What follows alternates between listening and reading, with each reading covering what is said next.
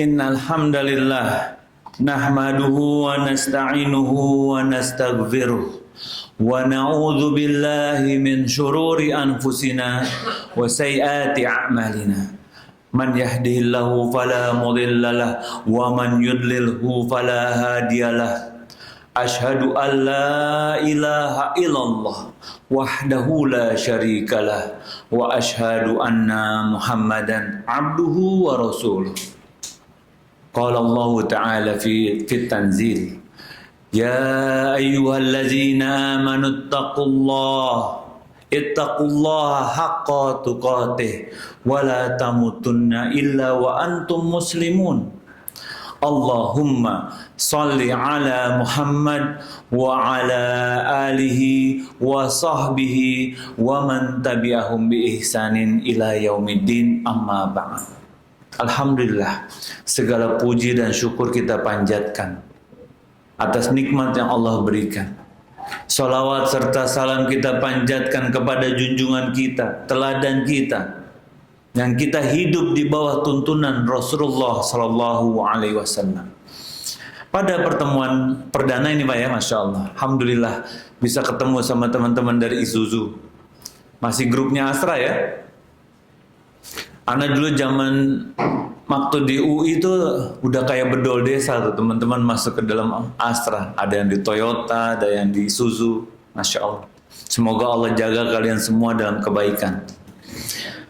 Pembahasan kita generasi tangguh umat Islam. Kenapa sih butuh generasi yang tangguh? Karena kalau kita bicara data nih Pak, apalagi zaman sekarang nih, banyak perusahaan-perusahaan yang udah nggak berkenan punya karyawan generasi Z, Gen Z. Ramai-ramai dipecat, yang muda-muda tuh. Bahkan data dari Yahoo Finance, 1 dari 6 perusahaan di Amerika udah nggak mau lagi mempekerjakan karyawan Gen Z. Karena dikatakan yang usia segitu tuh lebih males, lebih nggak profesional, terus communication skillnya juga buruk. Kalau di Indonesia gimana? Kalau di Indonesia ternyata dari data Badan Pusat Statistik terbaru, hampir 10 juta Gen Z di Indonesia itu nganggur. Coba.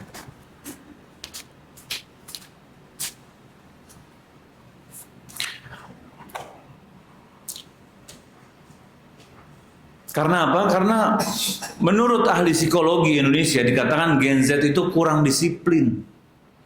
Terlalu banyak menuntut, nggak mau kerja keras, tapi maunya gaji tinggi. Anak ketemu tuh orang-orang kayak gitu. Belum punya pengalaman kerja, udah nanya waktu interview, kira-kira saya mau digaji berapa nih?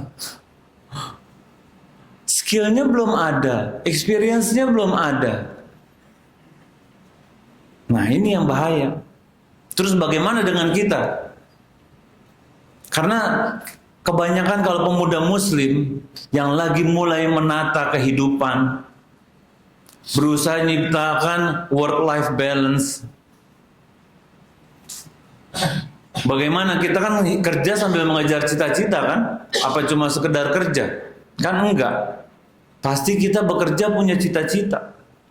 Apakah kita pasrah dicap, kalau anak-anak muda zaman sekarang, generasi karyawan sekarang tuh lembek-lembek, maunya enak aja, kurang fight, atau mau jadi orang yang tiba-tiba baperan, sebentar-sebentar komen di medsos, nyalain atasan, nyalain organisasi, nyalain perusahaan. Enggak. Karena ketika kita menjadi generasi Islam, ketika kita menjadi orang Muslim, semua tuntunan dalam kehidupan kita ada Pak. Yang jadi orang tua ada tuntunannya, yang jadi pemuda Muslim ada tuntunannya, cara sholat ada, bahkan cara nguap pun ada, cara pakai sendal ada tuntunannya semua. Kalau kita bahas bisa satu kajian sendiri Pak, bahas cara pakai sendal. Dan agama Islam bukan cuma perkara ibadah, bukan cuma perkara sholat, puasa, umroh, Bukan.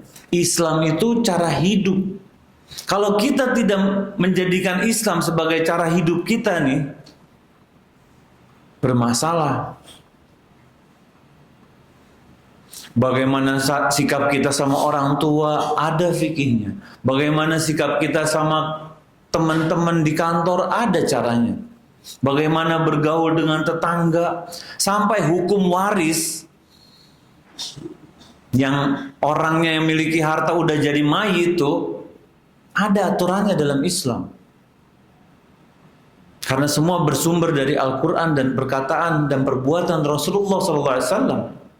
Dan ketika kita makin mendalami agama Islam, makin sadar Islam itu mudah. Islam itu memberikan kemudahan. Memang syariat Islam kita tujuannya itu memudahkan kaum muslimin, nggak pernah dibikin susah. Walaupun kita ke Bandung nih, ya udah bisa naik bus, udah sampai, tetap hitungan safar, tetap hitungan di qashar, boleh 2 rakaat sholatnya. Bukannya, zaman dulu kan susah, Ustaz, makanya sholatnya dipersingkat 2 rakaat. Sekarang kan udah mudah, jadinya disingkat, jadi balik lagi normal. Enggak, tetap aja dimudahin. Dan dengan belajar makanya kita tahu. Karena ketika kita lahir dalam keadaan Islam, kita berpikir ya udah, suruh orang tua itu, tong, sholat, sholat. Taunya cuma itu, sholat, puasa, umroh. Nggak tahu kalau Islam sesungguhnya cara hidup kita. Bagaimana kita bermuamalah dengan sesama Islam, dengan orang yang bukan Islam. Harus belajar. Bagaimana jadi suami, bagaimana jadi istri penting. Dan ketika kita ingin menjadi generasi tangguh umat Islam, kita harus mencontoh, ada hadiah nih. Panitianya nyiapin hadiah nih, ada yang berani, yang bisa jawab dapat hadiah ya, insya Allah. Bukunya kecil, tapi kalau misalnya dibaca dan diamalkan, insya Allah jadi pahala. Siapa generasi terbaik umat Islam? Pak, kira mau nanya, garuk-garuk ya. Mas, siapa generasi terbaik umat Islam? Gak apa-apa, salah gak apa-apa kok. Gak dapat SP kok kalau salah nih, tenang aja. Masya Allah, nih hadiah buat Bapak nih.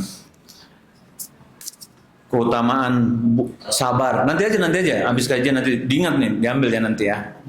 Para sahabat dan para sahabat Rasulullah SAW kebanyakan pemuda, karena orang-orang kafir Quraisy itu yang tua-tua berat dia. Mereka udah terdoktrin dengan apa? Dengan doktrinnya nenek moyang, nggak mau belajar, nggak mau menerima kebenaran. Sedangkan anak muda gimana jiwanya? Anak muda semangat pengen belajar. Dan bapak-bapak jangan, ini kajian anak muda nih, aneh udah tua. Enggak. Al-Imam Ibnu Jauzi, beliau mengatakan umur manusia itu terbagi menjadi 5. Yang pertama sejak lahir sampai balik, itu 0 sampai 15 tahun. Sejak balik sampai akhir masa muda, 35 tahun ini syabab. Dari 35 tahun sampai 50, dari 50 sampai 70. Jadi dikatakan di sini oleh para ulama, pemuda setiap orang yang berusia antara masa balik sampai 35 tahun. Sedangkan menurut Ibnu Qayyim Al-Jauziyah dikatakan masa muda sampai usia 40 tahun. Jadi jangan merasa, ini kajian 15 tahun. Enggak. Kita hitungannya 35, 40 masih dihitung muda, Pak. Dan kita lihat balik lagi ke bagaimana kisah sahabat. Mereka awalnya sembunyi-sembunyi kan, nggak berani itu Pak nunjukkan keislamannya. Dan mereka awal tertarik dan terlibat aktif. Karena Islam agama logis. Akal yang sehat tuh selalu menerima dalil yang selamat, yang benar. Makanya zaman sekarang jangan kaget, banyak anak-anak muda yang belajar agama. Yang S3 di Inggris, Masya Allah belajar agama. Karena mereka paham, agama ini penting. Memang ilmu dunia penting. Banyak di seluruh penjuru dunia, orang-orang belajar agama, Pak.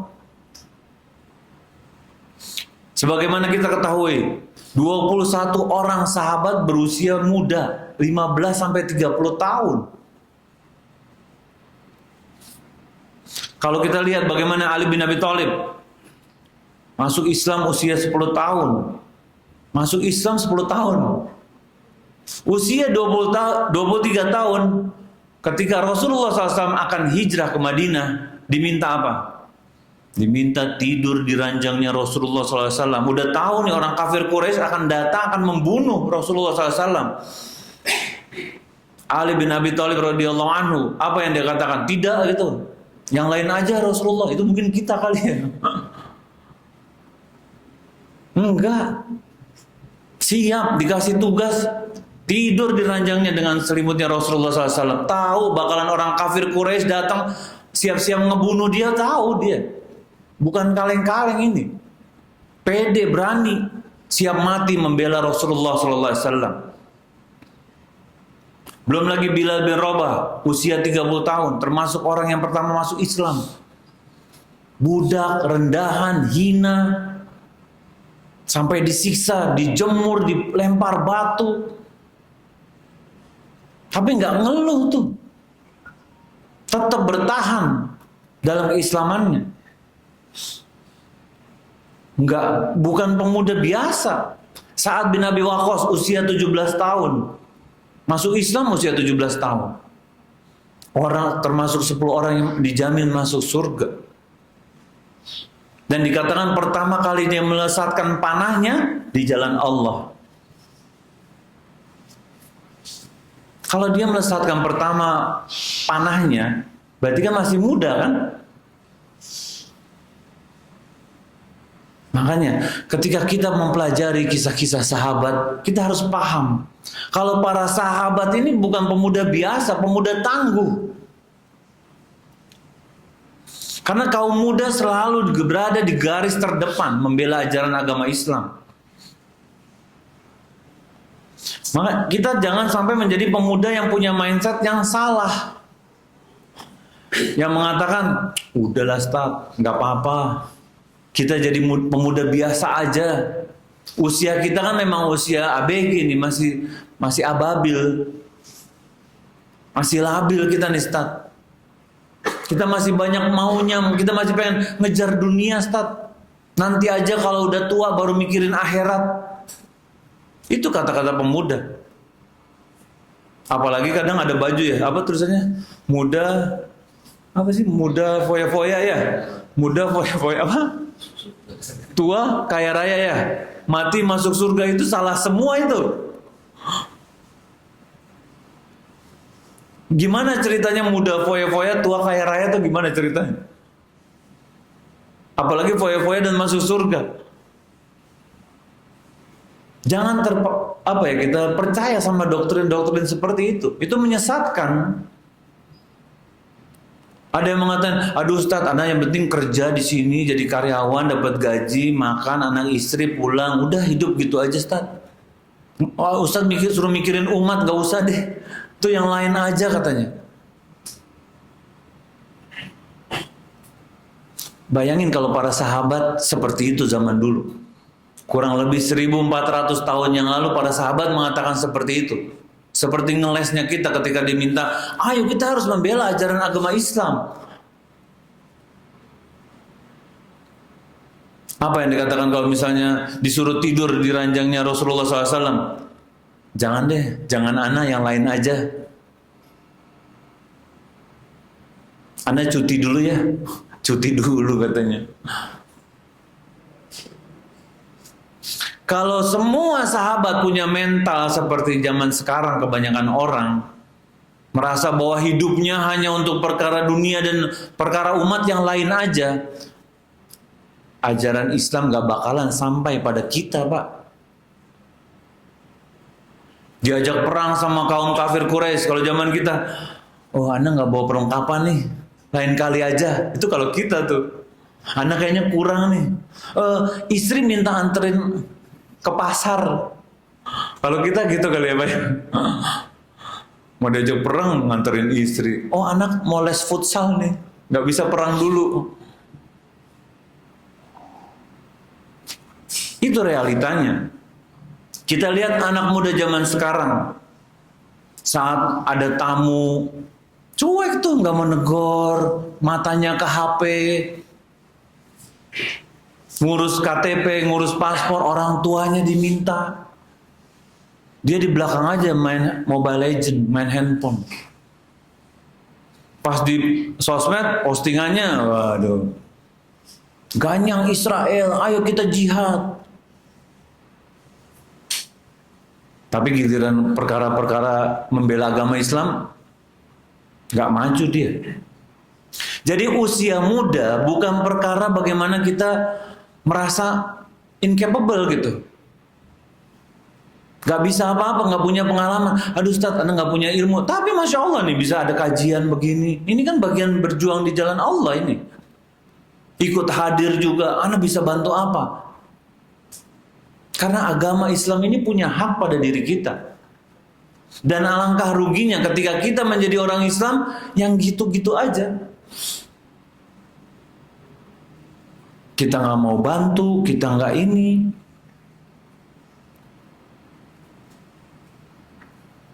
Kita lihat bagaimana kisah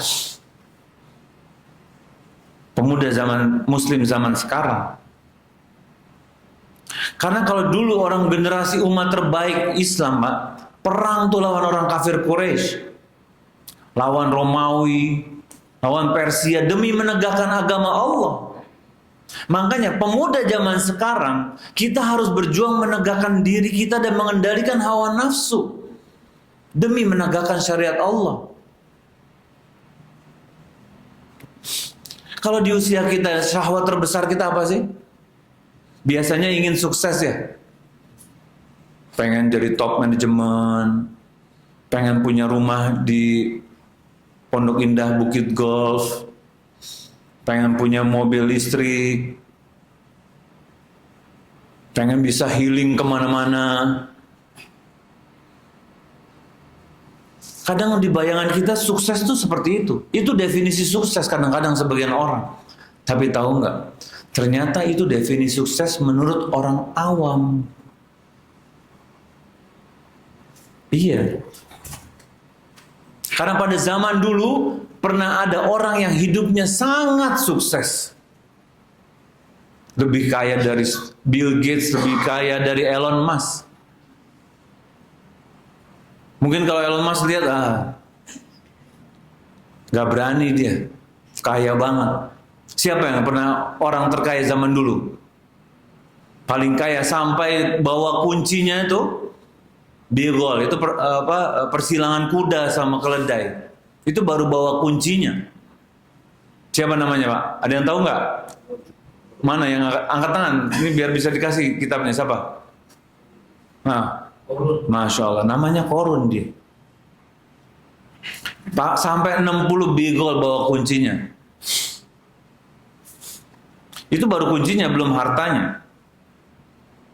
Tapi apa yang terjadi? Awalnya Korun ini seorang ahli ibadah yang miskin. Lalu Allah luaskan rezekinya hingga dia menjadi luar biasa kaya dan sukses. Akhirnya dengan kekayaan dan kesuksesannya, akhirnya dia jadi sombong. Dia merasa ini kan usaha ana, ini kan kemampuan ana, skill ana. Dan seperti sultan pada umumnya, dia juga hobinya flexing, Pak. Jadi kalau lihat orang-orang zaman sekarang yang merasa sultan lagi flexing, unboxing rumahnya, mobilnya, jangan kaget. Dari zaman Korun orang udah banyak yang flexing. Dan Korun ini perdana dia, yang dia ikutan flexing juga. Dia suka keluar dari rumahnya sambil memamerkan kekayaannya ke orang-orang. Apa kata orang awam ketika melihat Korun lewat? Dikatakan dalam Al-Quran surat Al-Qasas ayat 79. Fa kharaja ala qaumihi fi zinatih. Dan Korun keluar dengan semua kekayaannya. Dan kaumnya melihat, qala allazina yuridunal hayatad dunya, dan berkatalah orang-orang yang menginginkan kehidupan dunia, Apa yang mereka katakan? Ya laytalana misla ma utiya Qarun innahu ladu hazzin azim.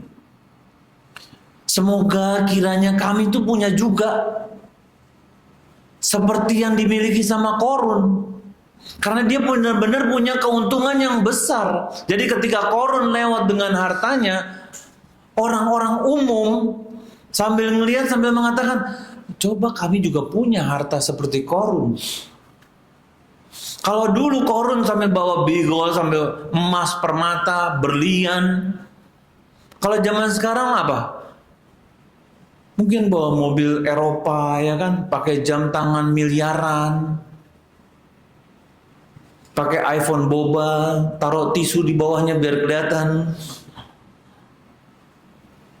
bawa kunci mobil Ferrari diputer-puter di tangan, nggak ada yang nanya jam, ditunjuk-tunjukin jamnya gitu kan.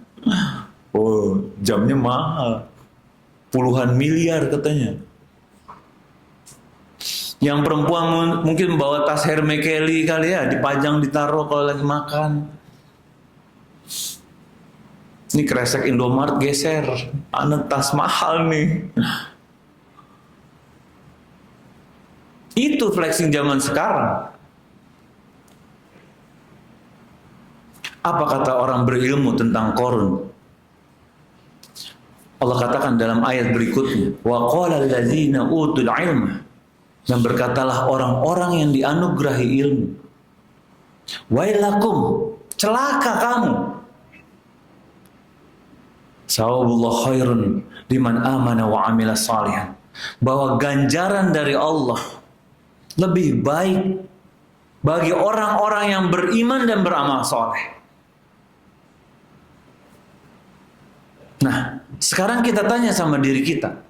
Ketika kita melihat lewat di sosial media kita, orang-orang kaya flexing, pamer ini, pamer itu, apa perkataan kita? Apakah kita mengatakan, coba Anda punya kayak gitu? Atau kita menjadi orang-orang yang beriman dan beramal soleh dan mengatakan, sesungguhnya balasan dari Allah jauh lebih baik daripada ini semua. Saatnya kita introspeksi diri. Karena banyak melihat orang seperti itu, orang awam tuh terlena, Pak. Hawa nafsunya tuh mendorong untuk ingin memiliki. Dan orang-orang soleh menasihati mereka agar mereka tidak melakukan hal seperti itu. Karena hanya orang-orang yang berilmu, mereka yang selamat dari godaan harta. Sementara yang tidak berilmu, celaka.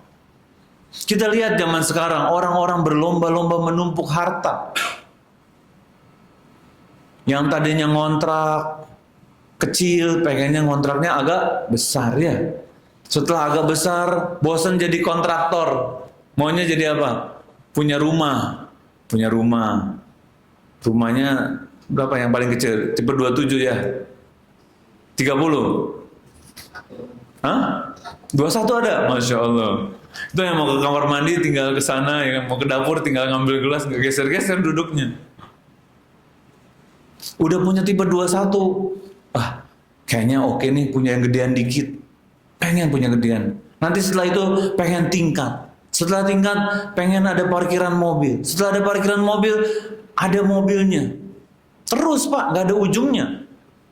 Nanti udah bagus, coba rumahnya di daerah yang mewah. Terus punya sepeda juga gitu kan. Awalnya punya sepeda, pengen punya motor. Punya motor, pengen cc-nya naik, pengen motor mahal. Punya anak juga begitu. Tadinya jomblo, mau punya istri. Udah punya anak. Pengen punya anak berapa? 1. Oh aku 2. Kamu apa? Laki. Oh aku laki perempuan sepasang. Begitu katanya. Udah punya istri 1, pengen punya istri 2. Ya kan? Jangan Pak, butuh ilmu semua. Dan gak mudah. Karena dunia ini menipu, mudah tertipu kita. Karena dalam Islam, definisi sukses itu dikatakan faman zuhziha 'anil nar wa udkhilal jannah faqad faz. Orang yang sukses adalah mereka yang dijauhkan dari api neraka dan dimasukkan ke dalam surga. Dan itu orang-orang yang menang. Tidak dikatakan dalam Al-Quran mereka orang-orang yang kaya, Pak. Enggak. Karena kalau kaya itu jadi standar kesuksesan di akhirat, itu semua para nabi, para ulama, para orang soleh kaya-kaya. Tapi kan enggak. Ada yang kaya, jadi miskin, jadi kaya lagi. Nabi Ayub dijadikan bergantian. Seperti kita kalau misalnya sakit, sehat, seperti itu. Jadi standarnya sukses itu ketika kita masuk ke dalam surga. Bukan pencapaian duniawi. Karena kekayaan bisa menjadi fitnah. Terutama jika tidak dibarengi dengan ilmu dan ketakwaan. Bahkan Ali bin Abi Thalib pernah mengatakan, al-ilmu khairun minal mal. Ilmu itu lebih baik daripada harta. Karena al-ilmu yahrusuk. Jadi ilmu itu menjaga kita. Wa anta tahrusul mal. Dan kamu jagain harta.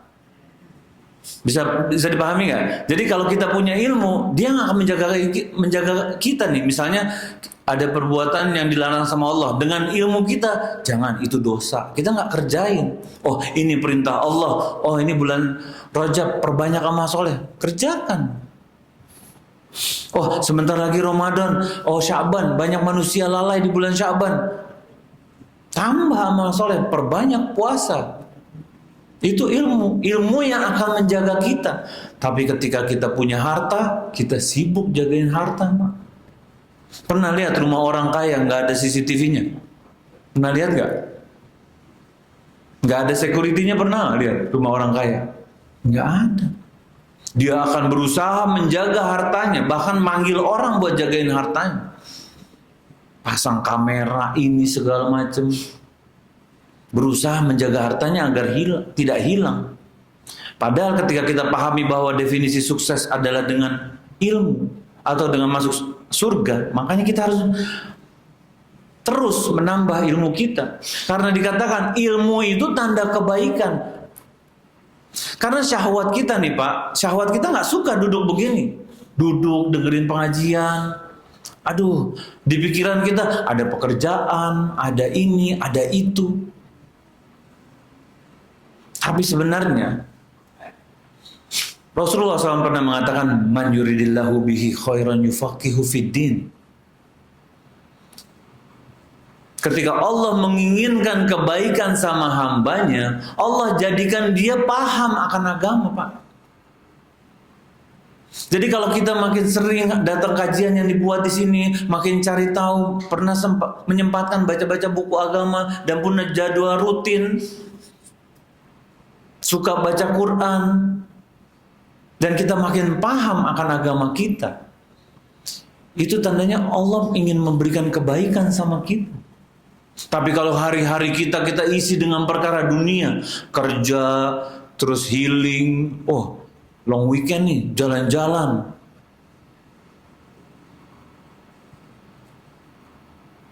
gak fokus nyari kajian atau belajar atau apa, gak punya kurikulum dalam belajar agama.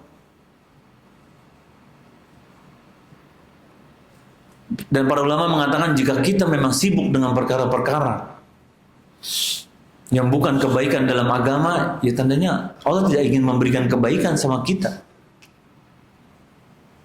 Dan ketika Allah berikan hidayah, ini bentuk duduk di sini juga nikmat, Pak. Allah yang pilih. Bapak-bapak bisa duduk di sini belajar sama-sama, nih Allah yang pilih. Ibu-ibu yang di belakang, Allah yang pilih.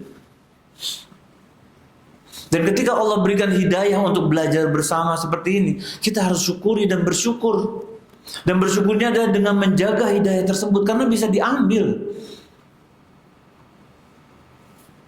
Dan kita nggak mau akhir hidup kita dalam keadaan buruk. Makanya dengan terus semangat belajar agama, apalagi kemudahan yang diberikan oleh perusahaan untuk bisa belajar bersama, nikmat, Pak.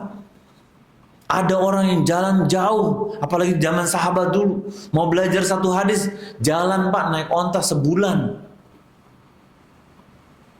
Kita di sini tinggal pindah geser sedikit dari meja kita kan,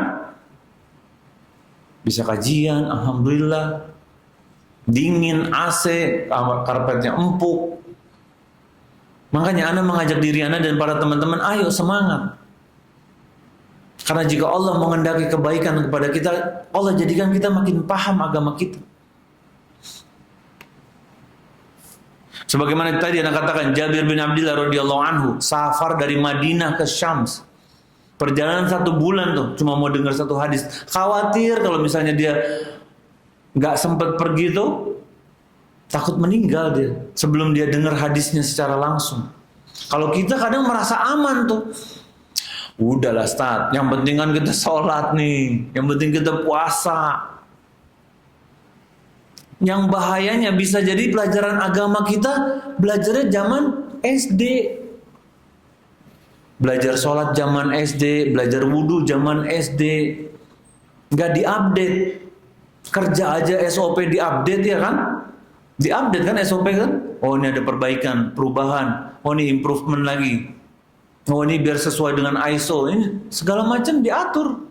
Berkembang. Kita pede aja dengan ilmu agama yang zaman SD. Kan zaman kuliah ada Ustaz. Iya zaman kuliah ada. Kalau zaman kuliah dulu dosennya cuma bilang, waktu zaman di UI dulu dosennya cuma bilang, yang penting kalian gak korupsi, kalian dikasih nilai bagus. Nggak ngajarin, ya gitu tuh. Ini pelajaran agama dan memang benar sih pesannya ya, tapi kok cuma gitu doang.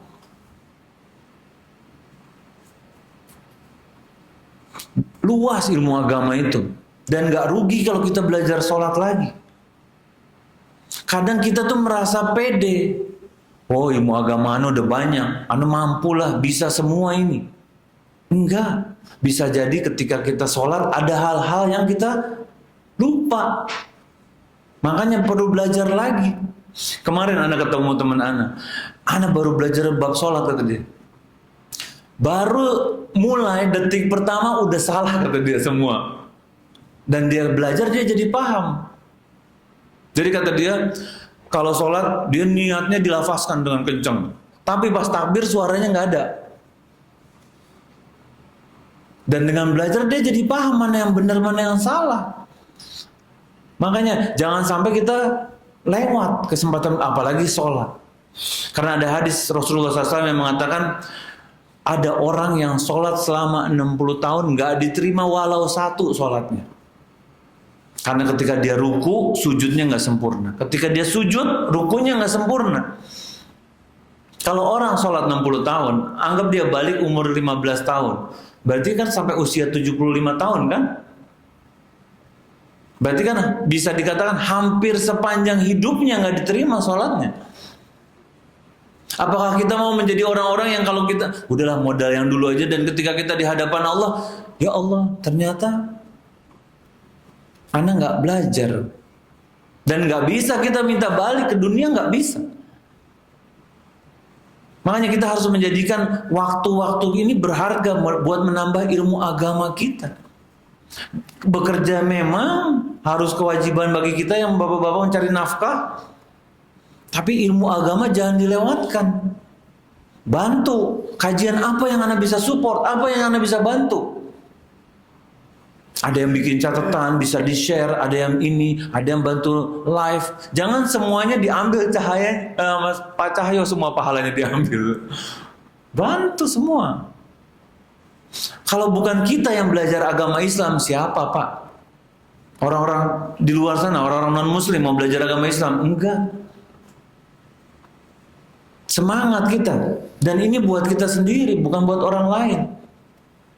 Makanya ketika kita berusaha meniru teladan generasi sahabat, itu bekal kita untuk menghadapi kehidupan dunia yang penuh dengan tipu daya dan hawa nafsu. Mungkin ini ya yang bisa disampaikan pada pertemuan kali ini. Wa sallallahu ala nabiyina Muhammadin wa ala alihi wa sahbihi ajmain. Walhamdulillahirabbil alamin. Assalamualaikum warahmatullahi wabarakatuh. Waalaikumsalam warahmatullahi wabarakatuh.